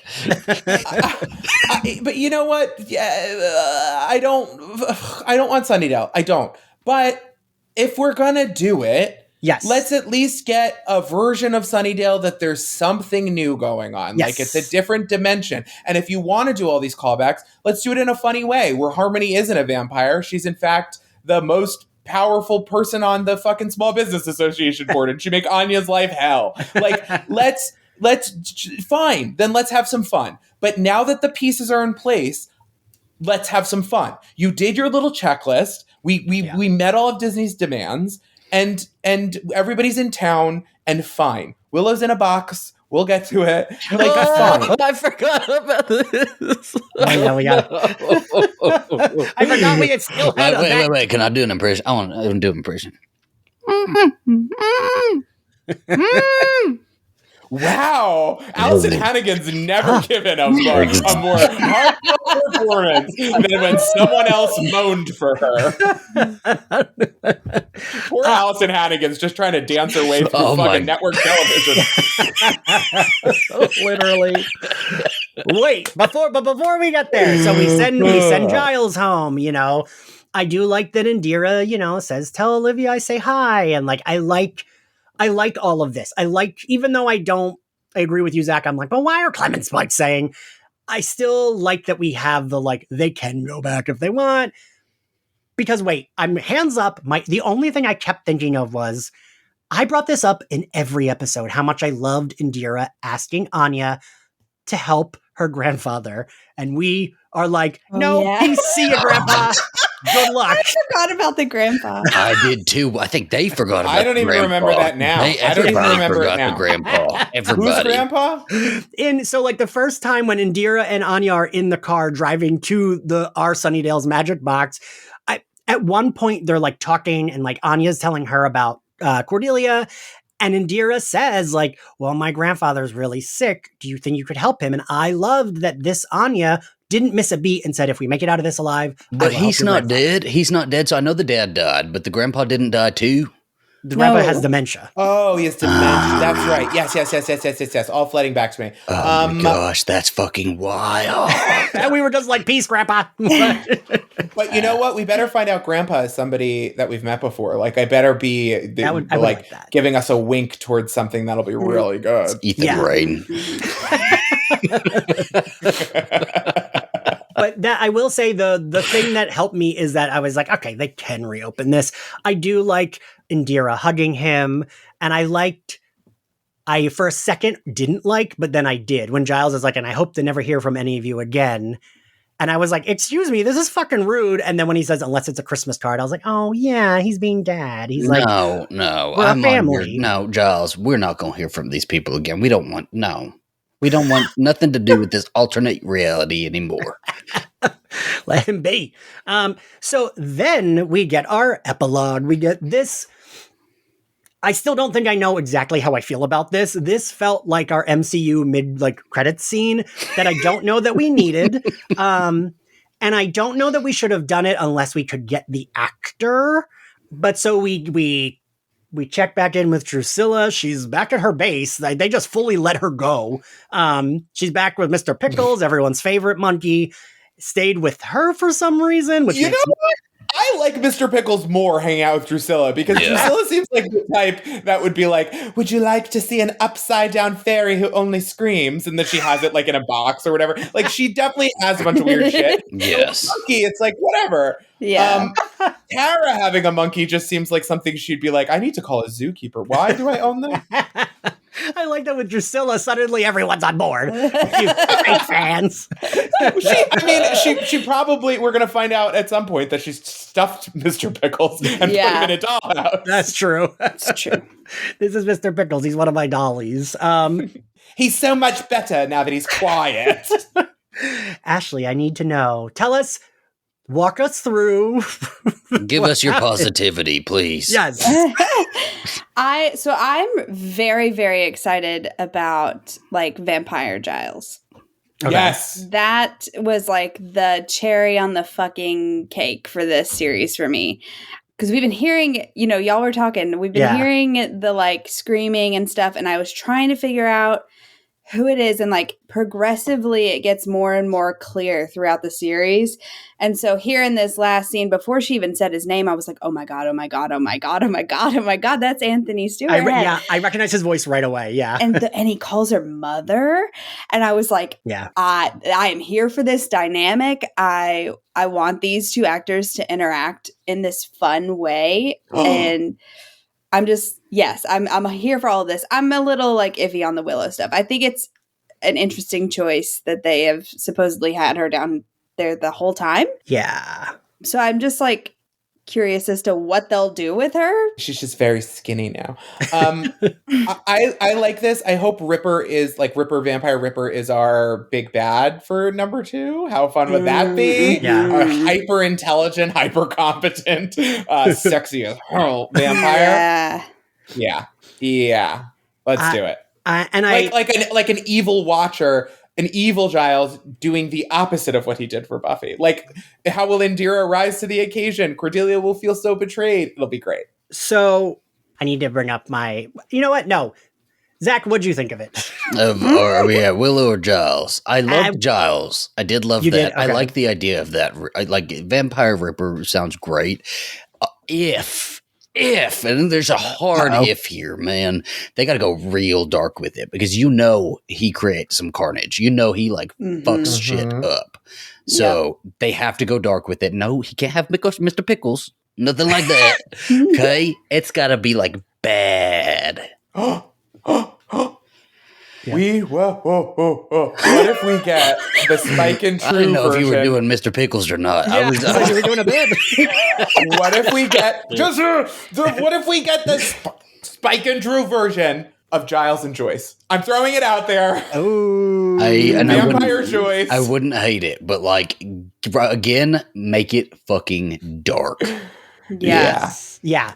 Yes. I think maybe that is a thing that this didn't get a little dark enough. And granted, like we said, I don't want them to kill any of these characters. Don't give me a Giles who dies. Don't give me Anya's death again. Mm-hmm. But I just needed a little bit more something, right? Yeah. I appreciated that it was a little bit more violent, when Spike's guts are hanging out and it's he's putting them back in. You don't have to show on TV, right? On the UPN, Right. But what we know from Giles's past, the reason we never really got flashbacks and stuff like that is it always felt like it was too dark to go there on TV, like with him and Ethan Rayne and like all of the stuff they would do and the bad shit they would get into and dark magic. And it always felt like it was just it felt like it would have been the season 6 of Giles's life, right? Like something really dark, early, kind of gruesome, and it was better alluded to than shown to us. But if you're going to go there with the vampire Giles, he would have reverted back to that version of himself. Yes, I agree. Well, and I even just the way he said like mother, I really did like that. Mm-hmm. I also love the idea of like, you know, like we were saying at the top of this, like Anthony Stewart Head is an older actor. He just got off Ted Lasso, which shot closer to home. I feel like this means he is down to do more. Oh yeah. Right? Yeah, and I just like that Anthony Stewart Head is like, fuck yeah, I'll do that. It had sure. to have been like a really easy paycheck. Right, yeah. Well, also, I think it's, and I mean, I feel like I've felt this just from doing this podcast. I think all the people that aren't the ones that fucking hate each other all really like each other. Yeah. Like it feels like they like genuinely enjoy each other's company. And even the people that fucking hate each other, it seems like the only people that truly fucking hate each other are a couple of chuckleheads. Yeah. One of which I don't think anyone wants back, and the other which I don't think anybody misses. And it's not to be mean. We played it out. We got what we needed to get. It's all good. Fine. It's a closed chapter. And I think Anthony Stewart Head probably also really likes or misses as the Buffy fandom was probably really annoying in the early days of the internet. It's probably really annoying when you're trying to do other projects and they just keep fucking commenting on every article and poor Deadline can't get away from them. But like it nowadays it's wonderful to be surrounded by that kind of love and people know how to conduct themselves. And I'm sure Anthony Stewart Head was like, hey, these people have been really nice to me, and probably going to Comic-Con and like, you know, receiving all that love and stuff is nice. And I it's nice to see them get to enjoy it with a lot of toxic stuff removed. Yes, let's just say it is. You know, I'm even thinking of, you know, when I had first had Charisma on, and I remember telling her how Claire Kramer, when she was on, she did this Welcome to Slayerfest 98 intro, and I loved having her do it. And I remember Charisma going, Claire's so good at all of that, isn't she? She's so good. And it's like, oh shit, they never were actually on screen together. These two actors never interacted on that show, but they know each other through doing cons and doing all that shit. And I like love the idea of like doing like scams. pulling like Heartbreakers style scams. Give me that movie.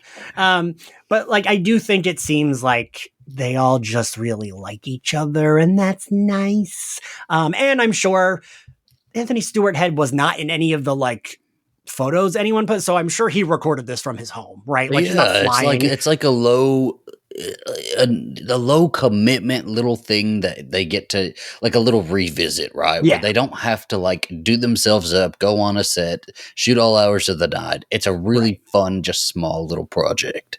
Yes, because just to clarify, I don't say that as like a negative. I say that as like, I fully understand being like, I live in London. I don't want to fly to LA and we've just heard, to record. Yeah, and we've heard the stories of what filming on that show was like. And it was pretty brutal for all of them, right? Especially Sarah. But like, it's a nice little audible thing. And I think that was really appealing to all of them, right? Yes, I agree. And like, I think probably...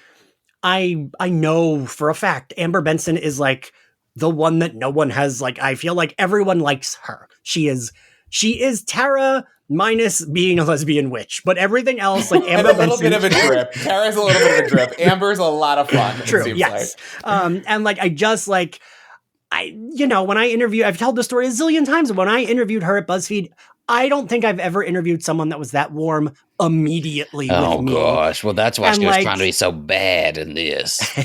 But you know what I mean? Like, and so if it's a person that they all like, who's also spearheading it, I think that makes it easier to get the gang back together, right? If it's like, oh yeah, we all like that one person. I think also Emma and Charisma saying yes means that a lot of basic asks for like workers' rights and stuff like that were guaranteed. Yes. And it, I think they have the highest standards, not saying other people don't, but just based on their horrible experiences. Right. Yeah. But okay, let's talk about Willow. What do we think? I I feel like they should have just kept it to saying Willow is in the basement. They didn't need to say anything. They don't need it. They don't need it. I think it's fine if some of these characters in this alternate reality are just removed from the situation. Yeah, I don't think if Allison Hannigan doesn't want to come back, I mean, if she does, great. Like, I love her. Let's do it. Let's do it. She's a phenomenal actress who just will kick me in the feels. But if she doesn't want to do it, it's cool to have like an illusion. And it's also would be a really great way to open season 2. It's like, and now we'll bring out my witch. Willow, come out here. And immediately her neck gets snapped or something. Like, that would be kind of cool and like kind of a fuck you to the people who want us back in Sunnydale and blah, blah, blah, blah, blah. To be like, all right, we gave you some of what you want. You're not getting everything. And that would be very Buffy of them. But I don't need a like Willow and Tara re-meet and they fall in love from the opposite perspective. Like, we're good. I love them. I loved them. We did it. Yeah, Ashley, so I was going to say, does everyone, because that's how I feel too. I'm like, I don't want a redo of that romance. No. Even though I loved it, right? Of course, it's like, I think one of the best romance they had it on the show, but like, I don't know what it is, but Ashley, speak on it. Give me your thoughts. I still am just like, I don't know. I have zero idea as to what direction they're going to go with her. So I don't know what to think about it. That's fair. I do feel like that's what they're going to maybe do. Yeah. I don't think the thing is, like, Christopher Golden said that Buffy's not in it because they were not going to recast anyone, right? Yeah. So then I am like, well, does that mean that like they were in talks with her? Do they have talks or right? Because like I'm curious, like what was planned and what was not. Because I also am like, I'm okay with if we need to have a Willow like cameo, I'm okay with it being bring me the witch. Bring me the redheaded witch that's really pale. And like, that's where it ends. I don't need like her going like muffled. It's going to be like 90% of the next season. And then at the end, you'll have the Allison Hannigan cameo in the last episode. I thought we were going to get, I mean, that's what I've been saying from the beginning, that I knew Sarah Michelle Gellar wouldn't, but maybe Allison Hannigan would do a cameo. She's doing Dancing with the Stars. Maybe she's like, sure, send me a mic. I'll record a voice note real quick, but I'm only doing 2 lines. I could see her not knowing how to use the mic though, and then they're just like, okay, we'll work around it. We'll do the muffled, little hms. I do want to point out, and this is starting to sell me on it a little more than anything else.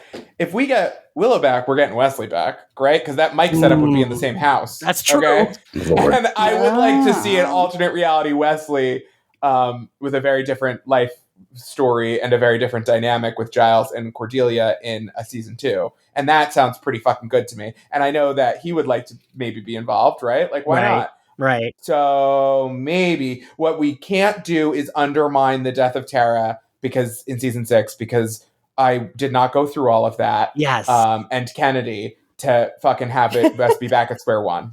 No offense to the people who love Kennedy. It's just that like is how I feel though, right? It just feels like we went through so much. I can't go through it again. That's what I'm worried about here, is that it feels like they are really posturing this alternate reality rather than the world that we were so invested in. And I just want to go back to my world. I want to go back to my characters. I understand that some of these characters are dead and we love having them back, but then bring them into our world, because I want my world back, right? Like I want because I was emotionally invested in all of the things that happened in my world, not their world. I don't want to have to relearn everything in their whole history and stuff like that. I just don't. And maybe other people feel differently about it, but this was fun. This world was fun for this. I don't want to stay there. And now I kind of know that we're staying there because of everything they're setting up. What if we did a season 2? Again, I don't want to do like all the pieces are on the board and we got to get them to this other spot. But what if we did a season 2 that was big, cataclysmic, and Giles really does end their world, and whoever escapes, they're like the only place we know to go back to is our world. That was for sure how I thought they were going to end this. A fun side adventure. I mean, it's kind of weird that they didn't, but we get a fun side adventure. Yeah. And if it's only one season of Alt Sunnydale, that could be fun too. Like it's Nega Sunnydale, where everything's the opposite and green means stop. You know what I mean? Like that's fun for one season. Yeah. And then we all end up back in the regular world, and maybe we cut Sarah Michelle Gellar a nice check. No, that'll never happen. Sorry, I just had to say it. I like that we all keep adding that in there. But yeah, no, I'm okay with this Sunnydale if we get other stuff. That's like, I'm okay with like, okay, maybe like we do get more of the, like a season of like this specific like Cordy and Dira storyline, but like also make it so like they jump back and forth sometimes. Like maybe that's like, because also the weird thing, and I think it's probably because season 7 is so unpopular, but I do think we met how many Slayers in that final season? Like, there are so many people we could bring back, and I'm sure many of those actors would be like, yeah, sure. You could make us such a compelling story. And listen, Spike is not in a crypt anymore. He signed a lease. He's got to go back to that world, okay? But you know what I mean? Like, I do feel like, let me see... sorry, I'm going to say her name. I feel like saying Beetlejuice, but like, give me like Kennedy V and Rona or like on a team together, right? Like, I don't have anything against Kennedy now. It just was not properly, in my opinion, serviced in season 7, and she got annoying. But that's fine. So minor. But yeah, bring Kennedy back in and like, have her have to kill Willow or something. That'd be fun. Okay, so I'm gonna push us to the end. We're at the end here. Favorite scene from the finale, Ashley? I really like the Vampire Giles reveal, and I really like the Spike and Clem like bonding moment at the end. All right. Ryan? Spike and Clem bonding is really nice. I also liked, I really liked the stuff with the book and the like getting rid of Kurgan, not just because I was sick of it, but like I actually thought that was kind of cool and like Buffy magic, and like the finales always have some like, this is how we have to solve it or whatever. And I think that's like Buffy killing herself or whatever, or a yellow crayon speech. Like I do love, I that felt the most finale-y of anything here. So that's fair. Yeah. Zach? Definitely anything with Spike and Dru in this one. Especially the shadow pocket fuck. Hell yeah. It was just, I think that's where the writing in this series was the best, was anytime they interacted, which was not much, but for me, it's the Cordy and Indira stuff. I really like that's them also together. really good stuff. Yeah, it was really good too. Mm-hmm. Yeah, 100%. And I love the like talk of sisterhood and stuff. Yes. Like Cordelia needed that. The original Cordelia still needed that. Yes. Agreed. All right, now my favorite ridiculous part. What's an outfit we pictured someone wearing? I'll go first because I know sometimes people need to think about it. But I also might be stepping on someone's toes. I pictured Vampire Giles looking just like Band Candy Giles. Yes. But like more like hulking, like a more like imposing, like he's like broader and like a little bit more monstery, like big sized, but like kind of dressed the same. That's what I was picturing. Nice. Zach. Oh, goodness. I didn't do a lot of, like, outfit picturing in this one, I guess. But I could see yours on Giles, and then Willow, if we're going to go with hostages, or, like, people locked up, right? Tied up Willow looks exactly like she did when she was in the Winnebago. All right. I like that outfit. Her, like, soft butch look. I think that's a cute look. Ashley? I picked Spike, and I think that he is typical Spike, tight black tee, tight black jeans, classic duster.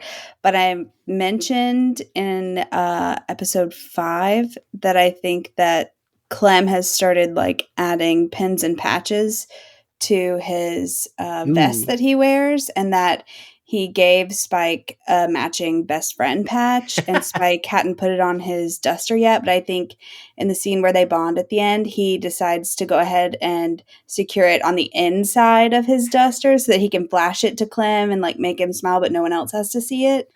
God, is that you just right? Somehow this is me and Zach. Calm down here. Calm down. Slayerfest 98 pins. That's what Clem is wearing.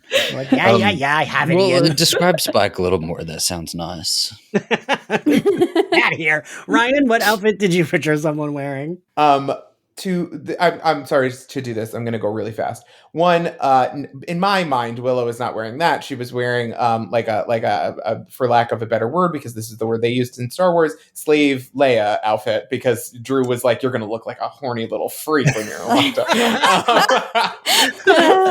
I'm just kidding. Zach was accurate. 2 is Drusilla on fire. I picture she just happened to be wearing something that lit on fire beautifully, like the Hunger Games.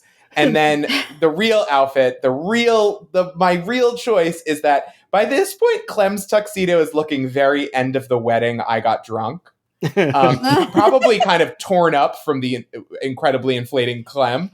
I think that's delightful. And I hope he has his suit jacket, even if everything else is in shreds, over his shoulder while talking to Spike in kind of like a, listen, I'm the best man energy. I love that. All right.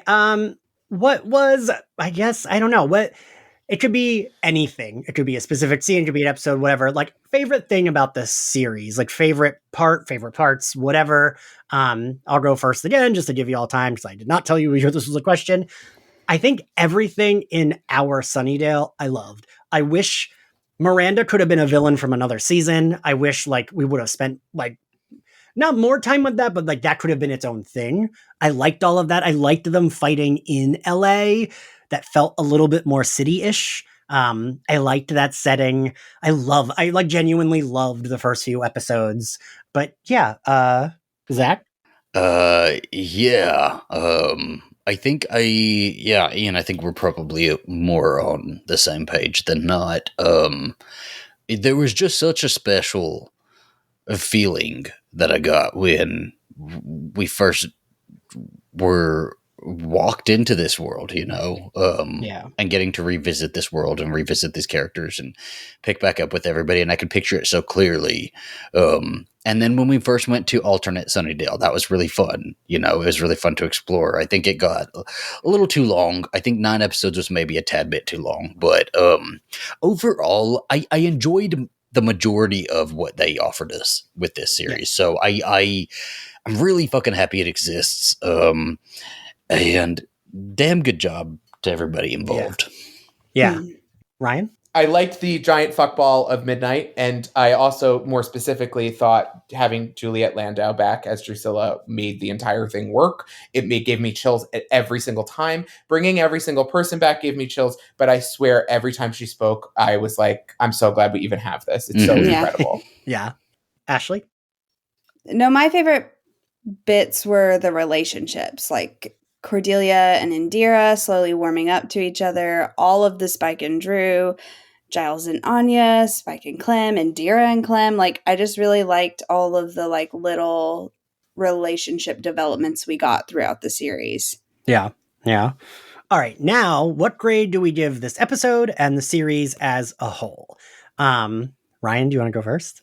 Sure. Before this started, I probably would have went a little higher, but I think this is more accurate. I'd give this episode a B, and I would give this series as a whole a B. And I think that's perfectly fair. Maybe a B minus, but only if I forget how fun Jonathan was.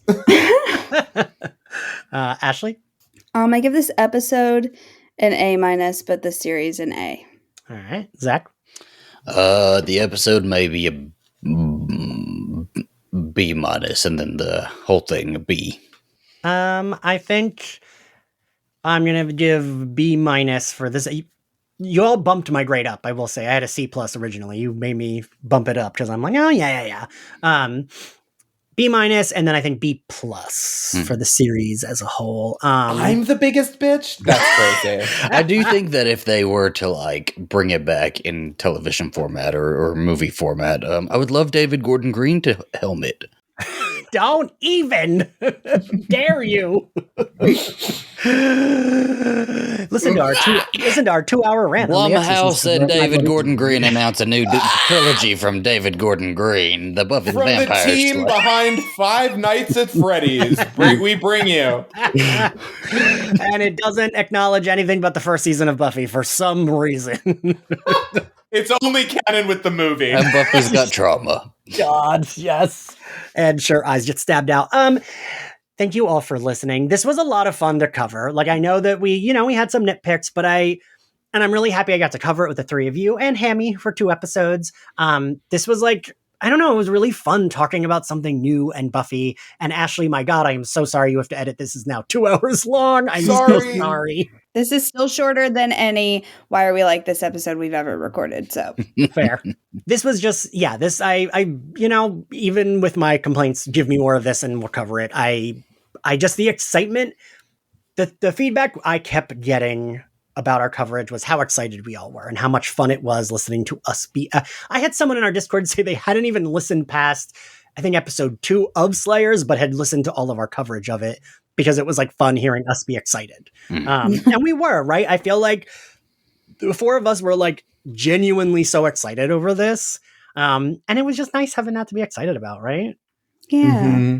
I feel like I just, got put on the ground in between all of you while you kicked at me at this entire episode, but it's been a great time covering it. I know, but I'll offer you a hand at the end and I'll help you up once we're done. You can escape into the sewers if you like. Yes, into the sewers to edit this. I'm so sorry. Throw your laptop in behind you. We had a witch queen, we had a vampire queen, and now we have a pod queen. I'm gonna get a text that says I quit after we finish this recording. It's been great. See you Why never. are we like this, indeed?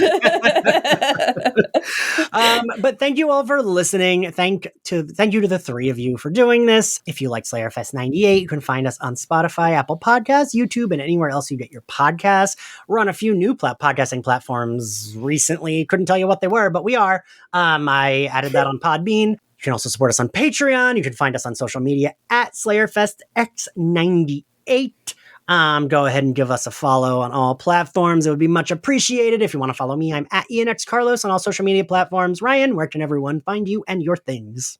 At Ryan Houlihan on all social media platforms, except, the weird one run by that complete psychopath. And you can find me on YouTube at RYHO. That's youtube.com/@RYHO. Very exciting Catwoman things coming to you soon. Ooh. And Ashley, where can everyone find you and your things? You can follow me on Instagram at 'cause I'm feeling fine, on Twitter at mythtaken314, and I co-host a podcast with my friend Alyssa about Heartstopper and the overall Osmondverse called Why Are We Like This? You can find us on all socials at Why Are We Cast, and you can listen to us anywhere that you find podcasts and or on YouTube. And Zachary? Oh, goodness, I feel like my brain is mush. Same.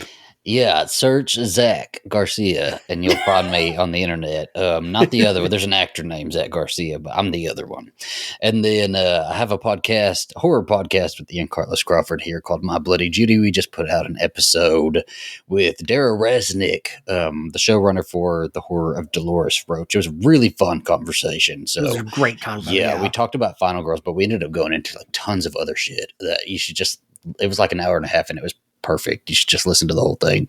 Yeah. And then I would just like to say, where do we go from here? Zach, I'm not even kidding. I fucking finished that fucking thing, and I thought this needed a musical number, and I forgot we had one. Thank you. That was fantastic. We will be getting back to our Angel Season 2 coverage. Zach can't wait.